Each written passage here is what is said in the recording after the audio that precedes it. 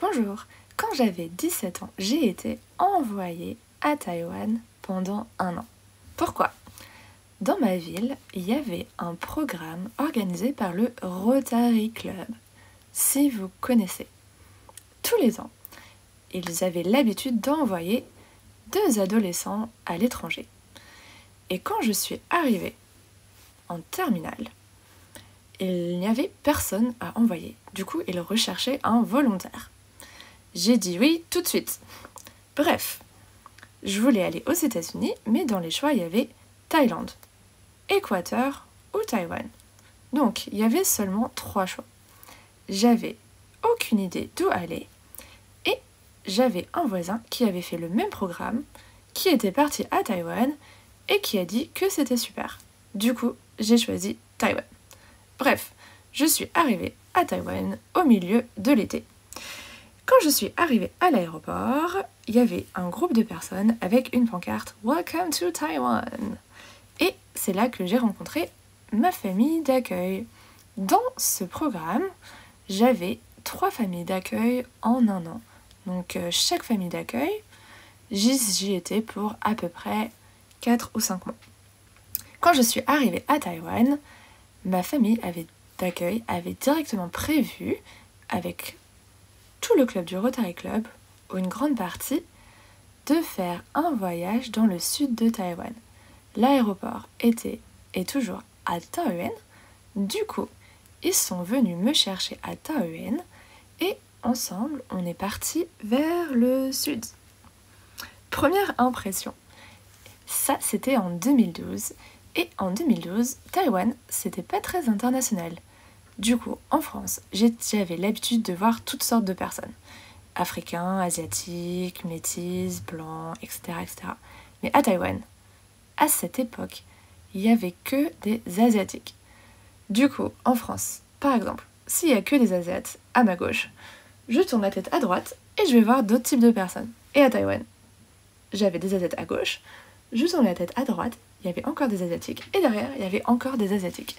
Ça, c'est la première chose qui m'a fait bizarre. Ensuite, on a tous monté dans un espèce de van et on a fait une pause chez des gens qui faisaient partie du Rotary. Et là, on m'a proposé de prendre une douche. Bah oui, pourquoi pas, ok. Et en fait, c'était vraiment spécial parce que tout le monde était dans une espèce de pièce qui ressemblait à un garage. Et en fait, la douche était dans une pièce juste à côté. Et le truc, c'est qu'en fait, en France, on est habitué aux douches dans lesquelles on va dans une espèce de... On va dire, il y a quelque chose de blanc en bas, et en fait, c'est protégé. Et en fait, là, la douche, c'était juste un trou dans le sol avec le tuyau qui servait de douche. Et ça, c'était la première fois que je voyais ce genre de douche. Et j'avais pas du tout l'impression d'être dans une salle de bain. Et j'avais pas du tout l'impression d'être dans une douche. Donc ça m'a fait trop bizarre. Pourquoi c'était bizarre ? En fait, j'avais l'impression de me doucher dans un garage. Voilà.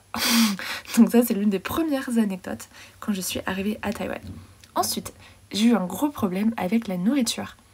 Le premier fruit que j'ai mangé en arrivant à Taïwan, ça s'appelait bala. Et en fait, c'était une espèce de poire, mais qui n'a pas le goût de poire. Et c'est très très dur. Et quand j'ai mangé ça, j'ai fait « Oh non, c'est la nourriture ici !» J'ai pas du tout aimé. Et du coup, j'ai eu une super mauvaise impression. Mais bon, ça c'était juste rigolo. Il faut savoir que quand on arrive à l'étranger, en général, il y a 2 types de personnes. On va dire, les personnes de la catégorie 1, elles arrivent, elles aiment tout. Tout est trop génial. Mais après, au bout d'un certain temps, quelques semaines, elles commencent à déchanter. Ah ouais, en fait, c'est pas si bien. Ouais, non, j'aime pas ça. Oh, j'en ai marre.